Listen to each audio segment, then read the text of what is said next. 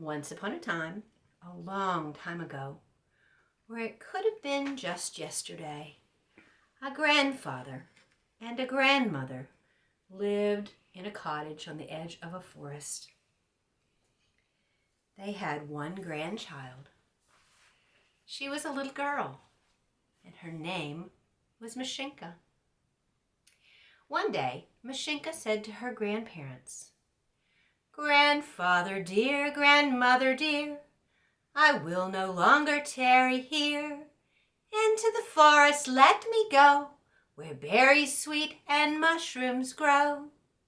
And so the old people said, "All right. Just run along, Godspeed, dear child. Pick all the sweet berries that you like, on stalks so small and stalks so tall. But mind the way, run not too fast. Come home ere yet the day has passed." And this Mashenka promised to do. She said goodbye to her grandparents, and then off she went into the forest to pick her berries.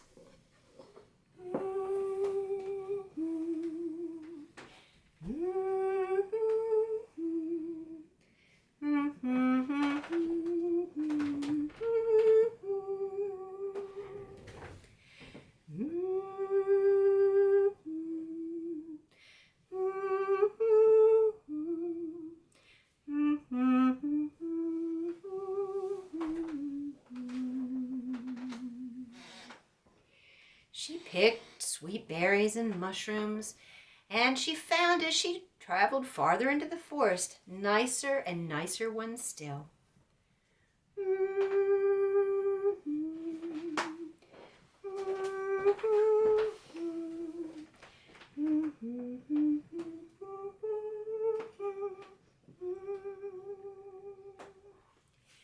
And then, after she had picked for quite some time, she realized that she was lost and she didn't know the way to go home. So she began to run and run, but she got deeper and deeper into the forest until at last she came to a cottage all made of tree trunks. And so she knocked on the door and she said, "Please let me in, please let me in. Who liveth here? No one within. Who liveth in this little house? No little bird, no little mouse." But as nobody answered, Mashenka just went right on inside. Later that evening, the owner of the hut came home. It was a big brown bear. And when he saw that someone was in his home, he said, "Gruff and grum, who's on my floor? Now you shall leave me nevermore.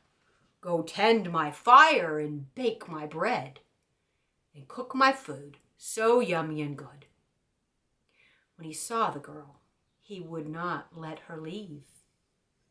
And so she had to do as he asked. She had to cook his food and bake his bread, so brown and good. But Mashenka longed to go home.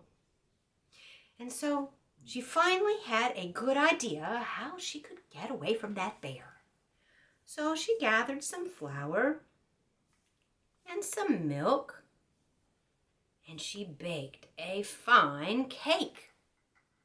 And then she fetched a big basket. And she said, "Oh, dearest bear, I ask you fair, please to the village let me go, just for a little visit's sake, that my old people I will see, and bring them this fine cake." But the bear would not let her go, and he said, "Gruff and grum, that cannot be. The basket pass along to me. I'll put it by their cottage door, but you shall leave me nevermore."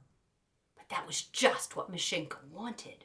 So she said, all right, the basket take. Inside it I will put the cake. But mind you do not taste of it, nor even do uncover it.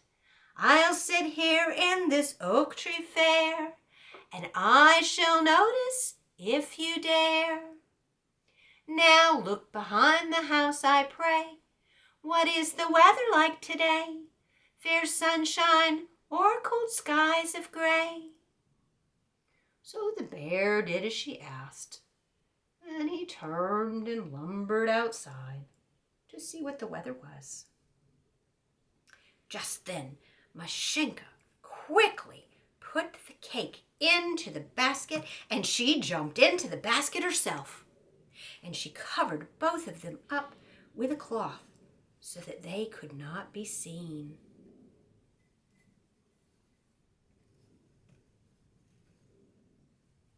And then, when the bear returned, he looked all around, but Mashenka was nowhere to be found.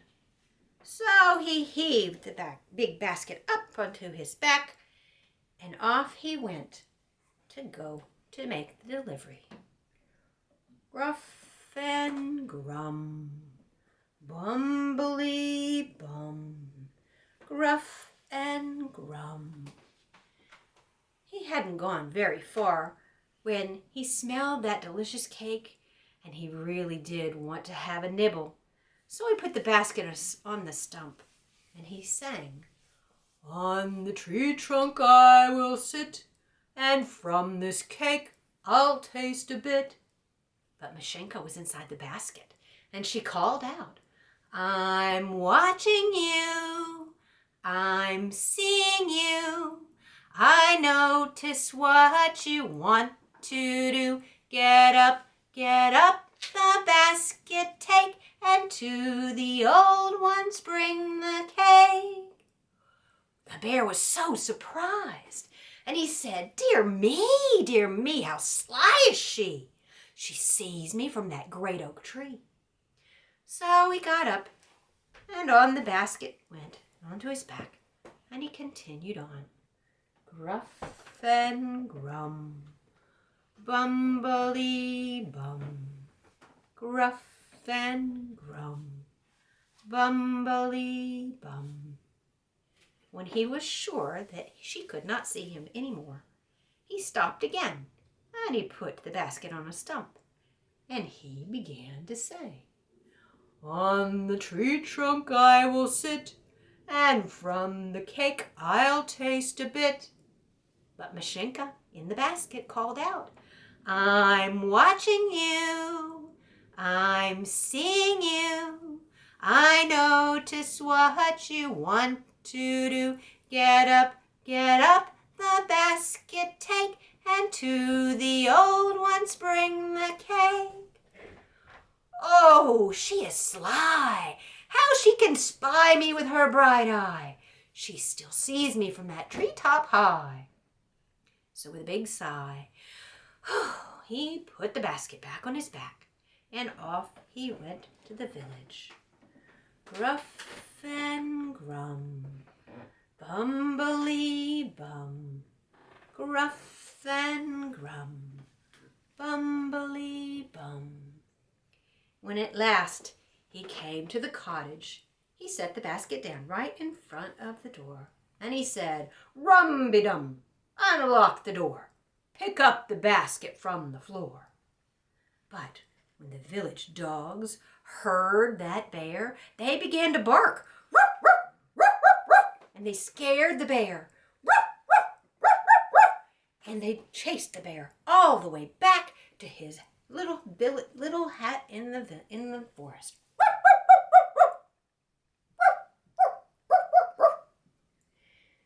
Well, the old people heard so much commotion that they came out to see what was up. And when they did, they saw the basket, and they said, "What might in this fine basket be? Uncover it now, and let us see. A crisp brown cake for you and me, and dear Mashenka safe and free." Oh, how happy the old ones were to see Mashenka, and oh, how happy she was to be back with her grandparents once again. And they were all so happy that they began to dance and sing. Hey diddle dee, how happy we will be. Hey diddle dee, how happy we will be. Hey diddle dee, how happy we will be. And if things have not changed, they are still the same today. Snip, snap, snout. This tale has been told out.